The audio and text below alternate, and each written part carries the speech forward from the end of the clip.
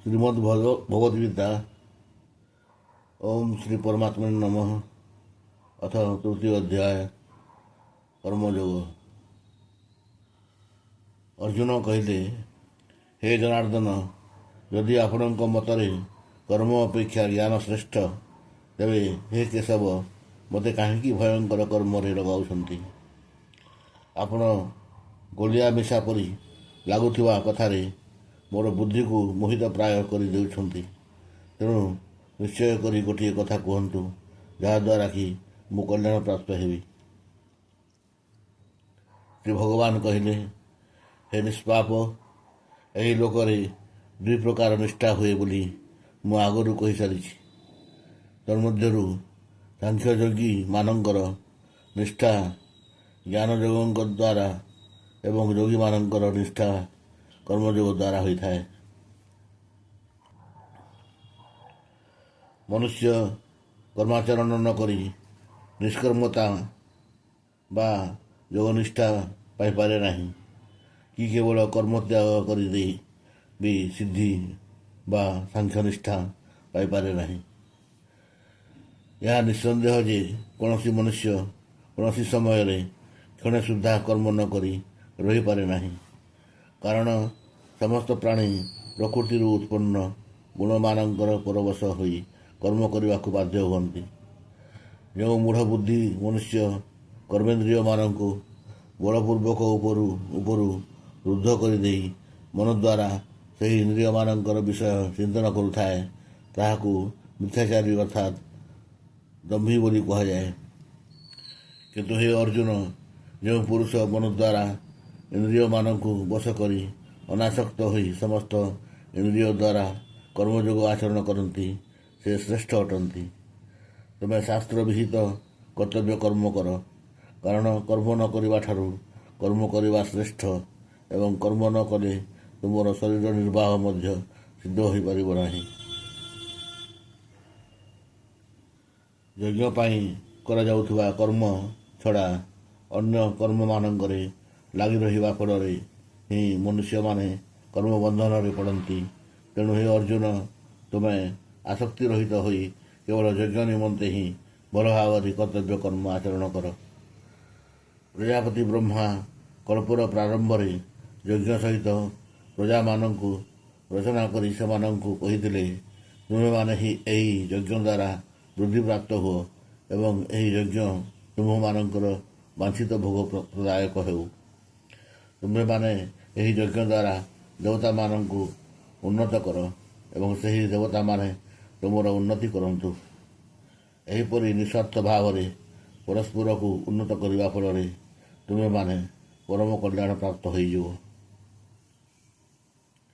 यज्ञ द्वारा संवर्धित देवता माने तुमको बिना प्रार्थना वांछित भोग निश्चय प्रदान कर चलिए।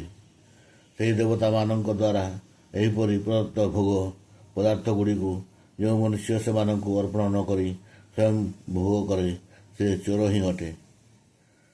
यज्ञरू बोलीथिबा अन्न भोजन करुथबा श्रेष्ठ पुरुष माने समस्त पापरू मुक्त हो जाती एवं जो पापी माने निजर शरीर पोषण पाई अन्न रंधन करती, से माने पाप ही भोजन करती।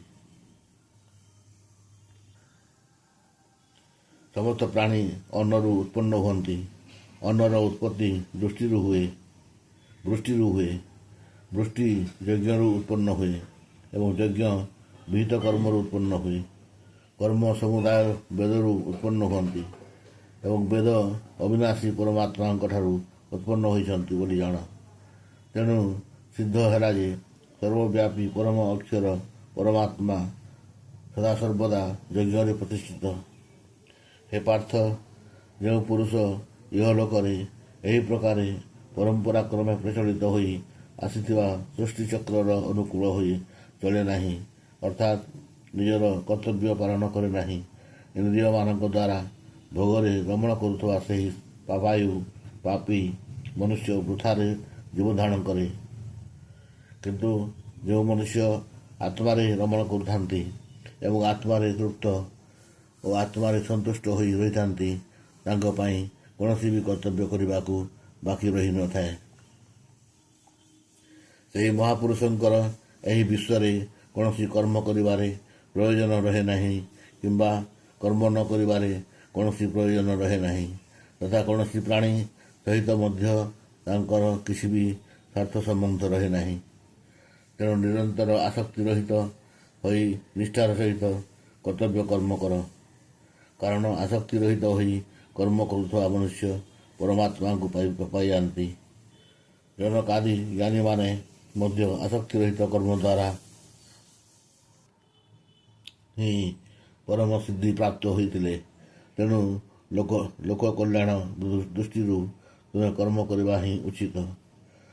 ଶ୍ରେଷ୍ଠ ମନୁଷ୍ୟ ଯେଉଁ ଯେଉଁ ଆଚରଣ କରନ୍ତି ଅନ୍ୟ ମନୁଷ୍ୟମାନେ ମଧ୍ୟ ସେହି ଆଚରଣ କରନ୍ତି ଏବଂ ସେ ଯାହା କିଛି ପ୍ରମାଣ କରିଦିଅନ୍ତି ଲୋକେ ତାହା ଅନୁସରଣ କରନ୍ତି।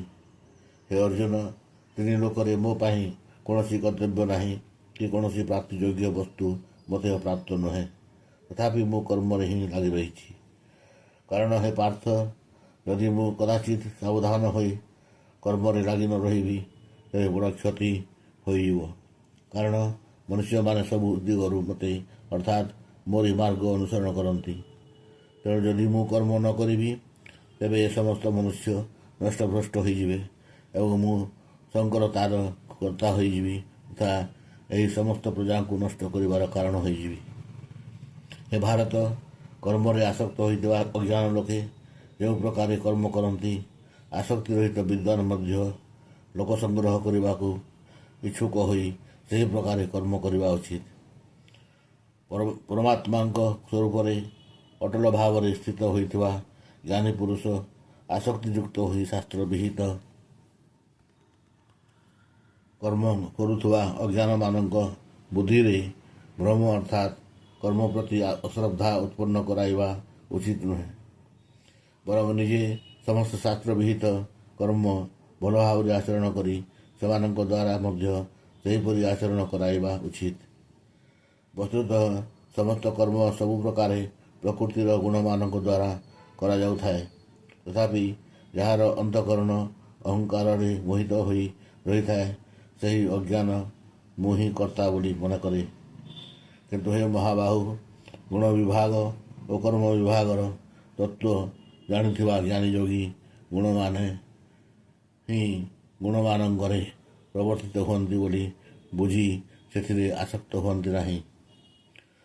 ପ୍ରକୃତିର ଗୁଣରେ ଅତ୍ୟନ୍ତ ମୋହିତ ହୋଇଥିବା ମନୁଷ୍ୟମାନେ ଗୁଣମାନଙ୍କରେ ଓ କର୍ମମାନଙ୍କରେ ଆସକ୍ତ ରହନ୍ତି। ପୂର୍ଣ୍ଣ ଭାବରେ ବୁଝି ନଥିବା ସେହି ମନ୍ଦବୁଦ୍ଧି ଅଜ୍ଞାନମାନଙ୍କୁ ପୂର୍ଣ୍ଣ ଭାବରେ ଜାଣିଥିବା ଜ୍ଞାନୀ ବିଚଳିତ କରିବା ଉଚିତ ନୁହେଁ। ଅନ୍ତର୍ଯ୍ୟାମୀ ପରମାତ୍ମାଙ୍କଠାରେ ଲାଗି ରହିଥିବା ଚିତ୍ତରେ ସମସ୍ତ କର୍ମ ମୋଠାରେ ଅର୍ପଣ କରିଦେଇ ଆଶା ରହିତ, ମମତା ରହିତ ଓ ସନ୍ତାପ ରହିତ ହୋଇ ଯୁଦ୍ଧ କର। ଯେଉଁ ମନୁଷ୍ୟମାନେ ଦୋଷ ଦୃଷ୍ଟିରୁ ରହିତ ହୋଇ ଏବଂ ଶ୍ରଦ୍ଧାଯୁକ୍ତ ହୋଇ ସଦାସର୍ବଦା ମୋର ଏହି ମତ ଅନୁସରଣ କରନ୍ତି ସେମାନେ ମଧ୍ୟ ସମସ୍ତ କର୍ମରୁ ମୁକ୍ତ ହୋଇଯାଆନ୍ତି। କିନ୍ତୁ ଯେଉଁ ମନୁଷ୍ୟମାନେ ମୋଠାରେ ଦୋଷାରୋପଣ କରି ମୋର ଏହି ମତ ଅନୁସାରେ ଚଳନ୍ତି ନାହିଁ ସେହି ମୂର୍ଖମାନଙ୍କୁ ତୁମେ ସମସ୍ତ ଜ୍ଞାନରେ ମୂଢ଼ ବୋଲି ଓ ନଷ୍ଟ ହୋଇଯାଇଛନ୍ତି ବୋଲି ହିଁ ଜାଣ। ସମସ୍ତ ପ୍ରାଣୀ ପ୍ରକୃତିକୁ ପ୍ରାପ୍ତ ହୁଅନ୍ତି ଅର୍ଥାତ୍ ନିଜ ସ୍ୱଭାବର ପରବଶ ହୋଇ କର୍ମ କରନ୍ତି। ଜ୍ଞାନବାନ ବ୍ୟକ୍ତି ମଧ୍ୟ ନିଜ ପ୍ରକୃତି ଅନୁସାରେ ଚେଷ୍ଟା କରନ୍ତି। ତେଣୁ ଏଥିରେ କାହାର ଜିଦ୍ ବା କ'ଣ କରିବ? ଇନ୍ଦ୍ରିୟର ଅର୍ଥରେ ଅର୍ଥାତ୍ ପ୍ରତ୍ୟେକ ଇନ୍ଦ୍ରିୟର ବିଷୟରେ ରାଗ ଓ ଦ୍ୱେଷ ଲୁଚି ରହିଛି। ମନୁଷ୍ୟ ସେହି ଦୁଇଟିର ବଶବର୍ତ୍ତୀ ହେବା ଉଚିତ ନୁହେଁ, କାରଣ ସେ ଦୁଇଟି ହେଉଛନ୍ତି ତା'ର କଲ୍ୟାଣ ମାର୍ଗରେ ବିଘ୍ନ ସୃଷ୍ଟିକାରୀ ବିରାଟ ଶତ୍ରୁ। ଉତ୍ତମ ଆଚରଣ ସହିତ ପାଳିତ ହେଉଥିବା ଅନ୍ୟର ଧର୍ମଠାରୁ ଗୁଣରହିତ ହେଲେ ମଧ୍ୟ ସ୍ୱଧର୍ମ ଅଧିକ ମଙ୍ଗଳକର। ନିଜ ଧର୍ମରେ ମରିବା ମଧ୍ୟ କଲ୍ୟାଣକର, କିନ୍ତୁ ଅନ୍ୟର ଧର୍ମ ଭୟାବହ। ଅର୍ଜୁନ କହିଲେ, ହେ କୃଷ୍ଣ, ପୁଣି ଏହି ମନୁଷ୍ୟ ସ୍ୱୟଂ ଇଚ୍ଛା ନ କଲେ ମଧ୍ୟ ବଳପୂର୍ବକ ଲଗାଇବା ପରି କାହା ଦ୍ୱାରା ପ୍ରେରିତ ହୋଇ ପାପ ଆଚରଣ କରେ। ଶ୍ରୀ ଭଗବାନ କହିଲେ, ରଜଗୁଣରୁ ଉତ୍ପନ୍ନ ଏହି କାମ ହିଁ କ୍ରୋଧ ଅଟେ। ଯେତେ ଭୋଗ କଲେ ବି ଏହି କାମ ତୃପ୍ତ ହୁଏ ନାହିଁ। ଏ ବଡ଼ ପାପୀ। ଏ ବିଷୟରେ ଏହି କାମକୁ ହିଁ ତୁମେ ଶତ୍ରୁ ବୋଲି ଜାଣ। ଅଗ୍ନି ଯେପରି ଧୂଆଁରେ ଆବୃତ ହୋଇଥାଏ, ଦର୍ପଣ ଯେପରି ଧୂଳି ଦ୍ୱାରା ଆବୃତ ହୋଇଥାଏ, ତଥା ଗର୍ଭ ଯେପରି ଜରାୟୁ ଦ୍ୱାରା ଆବୃତ ହୋଇ ରହିଥାଏ, ଏହି ଜ୍ଞାନ ସେହିପରି କାମ ଦ୍ୱାରା ଆବୃତ ହୋଇ ରହିଥାଏ। ଏବଂ ହେ ଅର୍ଜୁନ, ଜ୍ଞାନୀମାନଙ୍କର ନିତ୍ୟ ଶତ୍ରୁ ତଥା ଅଗ୍ନି ପରି କେବେ ତୃପ୍ତ ହେଉନଥିବା ଏହି କାମ ଦ୍ୱାରା ମନୁଷ୍ୟର ଜ୍ଞାନ ଆବୃତ ହୋଇ ରହିଛି। ଇନ୍ଦ୍ରିୟଗଣ ମନ ଓ ବୁଦ୍ଧି, ଏମାନଙ୍କୁ କାମର ବାସସ୍ଥାନ ବୋଲି କୁହାଯାଏ। ଏହି କାମ ଏମାନଙ୍କ ଦ୍ୱାରା ଅର୍ଥାତ୍ ମନ, ବୁଦ୍ଧି ଓ ଇନ୍ଦ୍ରିୟମାନଙ୍କ ଦ୍ୱାରା ହିଁ ଜ୍ଞାନକୁ ଆଚ୍ଛାଦିତ କରି ଜୀବାତ୍ମାକୁ ବିମୋହିତ କରେ।